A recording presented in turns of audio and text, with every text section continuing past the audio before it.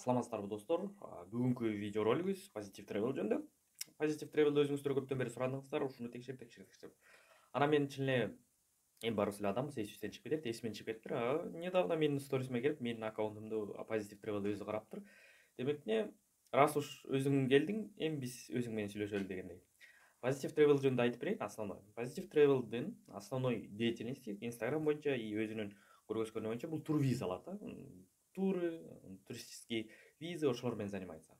И, видимо, туристические агентства катары позиционировать этет десек болот өзүн.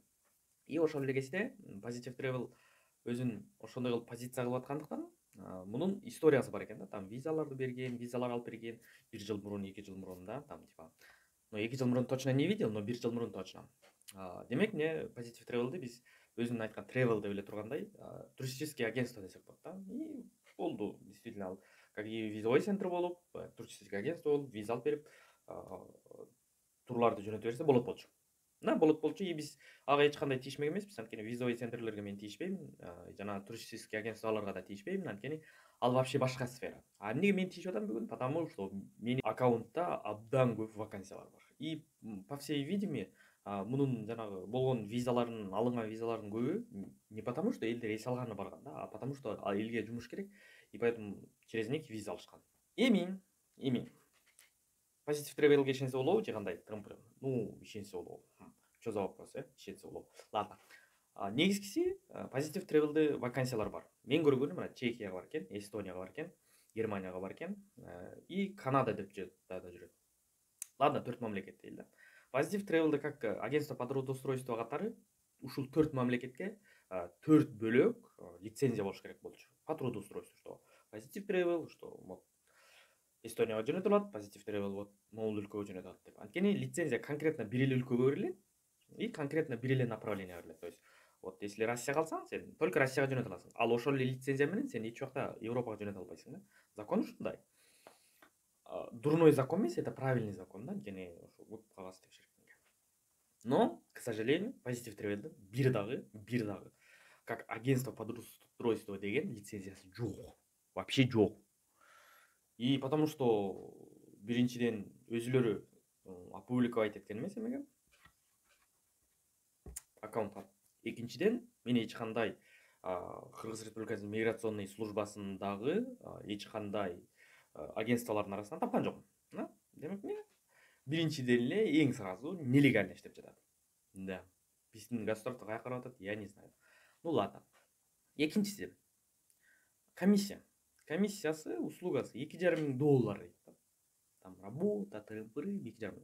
Урматтуу биздин көрүүчүлөр и кыргызстандыктар, пожалуйста, баарыңар эсиңерге сактап алгылачы. Германияга барганга биринчиси официально барганга диплом керек. Без диплома силер аяка бара албайсыңар. Экинчиси, дипломдон тышкары силер чтобы көбүрөөк зарплатага барыш үчүн, дипломдон тышкары силер ошо иштеди деген трудовой книжка керек, что ушул диплом менен иштеди. Трудовой книжкасы там 1 жыл, 2 жылдык опыту бар. Вот 2-3, анан үчүнчүсү уже тил как бы, если сен аябай жакшы специалист болсоң, тил не имеет значения, потому что сен Германияга баргандан кийин акырындык менен Германиянын өзүнүн ошо миграционный службасы сени тил үйрөнгөнгө бесплатный курстарга жөнөтөт, ал жактан тил үйрөнүп алсаң болот. Демек тил билбей деле бара берсең болот. Эгер сен крутой специалист болсоң. Эгер не крутой специалист, там шалтай-балтай сенеки өзгө окшогон обычный эле школду бүтүп андан дальше окубаган адам болсоң, то шанс никакой, 0 шанс, что Германияда сен иштейсиң. 0 шанс. Вот 0. А то, что вот Positive Travel, Трым-Прым, да бөлөк компаниялар, Global Global, аттарын вообще унутуп калдым. Ошонун баардыгы жана биздеги эле Ава групп, Европа групп, ошонун баардыгы эле все, что они делают, это нелегально. Ну ладно, может быть, кимдир бирөөнү алып барып иштетип, ал адам акча таап жыргап үйүнө келгендир, возможно. Но это единичный случай. Во многим случаях ошол сиз 2,5 евро же болбосо $2,500 төлөгөн күндө дагы, что вполне вероятно, что сиз жөн эле сизге виза ачып бергенге гана төлөйсүз да. Договордун көбү ошондой жазылат. Стандартный договор по трудоустройству Кыргызстанда ошондой жазылат. И Positive Travel деле исключение эмес. Positive Travel деле гарантия бере албайт, ал вообще бере албайт, что сен виза ала аласың. И анткени основной суть, что визовый центр эч жакта виза алганга гарантия бере албайт. Это был бир. Экинчиси, что Сен виза алгандан тышкары сен аяка баргандан кийин минимум максимум 3 ай же болбосо 6 ай иштейсиң. И андан кийин кетишиң керек. Все болду. А Германиядан тем более Германиядан сен 3 ай иштей аласың. И все болду. По контракту там Эстониянын визасын алып берип, Эстониядан Германияга жөнөтүп анан иштеп атпайсың да. 3 ай иштейсиң. Если случайно сени кармап калчу болсо, все, сен там домой отправят, Шенгенге запрет коет. Все, весь Европа закрыта. И все, бүттү. Дорогой мой друг, бүттү. Европа жок. И все. Основной суть ошол. Элестеткиле эми сен Германияга иштегенин баратасың, логичный цепочканы элдер эмнеге соединять эте албайт дегеним. Сен Германияга иштегенин баратасың дагы, эмне себептен сен Эстонияга, Алматыга барып, Эстониянын визасын алып алып, анан Германияга иштешиң керек. Значит, сен нелегально иштеп атасың. А Германияда легально иштеш үчүн Германиянын визасы керек. А Германиянын визасын как работник катары алыш үчүн сен ошо как работник, специалист экениңди подтверждающий документ керек. Это тилди биринчи орунга көп кое берет, андай эмес. Это диплом и это трудовая книжка, что сен действительно иштейсиң. А водитель болуп барам дегендерге совет. Водитель болом деп барам дегендерге, что сен грузовик айдайсың, ну грузовик СЕ, да? Там Е категориясы, Б, С, Е категориясы, что сен вот супер-пупер айдайсың, и ошол как минимум бир 3 жылдык болуш керек да, что сен водитель там Ени бастырганыңа 3 жыл болуш керек, как минимум, да. Ошондо гана Европада дальнобойщик болосуң. А так просто так, ой, я сегодня, вчера я купил там 10 000 сомго право сатып алдым, мен Европада фура айдайм, это жок андай эмес. Вот ошондой. И все, бүттү, позитив тревел, все. Менин оюм эмне? Акыркы последний оюм кандай? Позитив тревелге акча төлөш керек. Каждый адамдын өзүнүн выбору, төлөйсүң төлөбөйсүң. Но менин личный советим, что позитив тревел, эгерде сизди $2,5 акча алып жумушка жөнөткөн күндө дагы сиз ошол акчаны биринчиси эч убакта кайра возврат кыла албайсыз. Экинчиси эч кандай гарантия жок, что сиз аяка барып иштейсиз, что 1 жыл, 2 жыл иштеп келесиз. Эч кандай гарантия жок. Возможно, 6 ай, 3 ай иштеп келесиз. Но по мне кажется, что 6 ай иштеп келиш это вообще невыгодно. Прикинь, сен €2,5 сен немеге төлөдүң, что агентский услугага.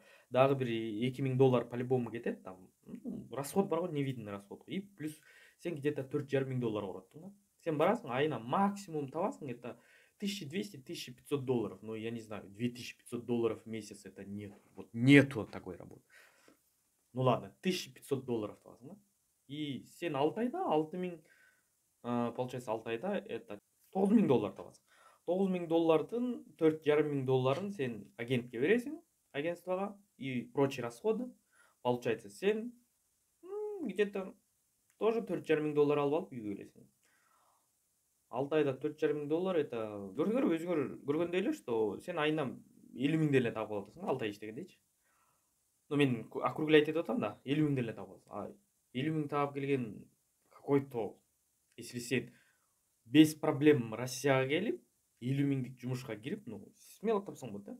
50 000 жумушка кирип, смело 6 ай иштеп, при этом ошо 50 000ден тапкан акчаңды полный расходторуңа коротуп, анан жыргап 6 айдан кийин кайра ошол даже 2 эсе көп акча таап алып Бишкекке кеткен жакшы болот. Я так считаю.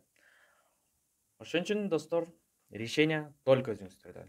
Positive Travel эч кандай агентство по трудоустройству эмес. Positive Travel это обыкновенный туристический агентство и визовый центр. Все. Бүттү.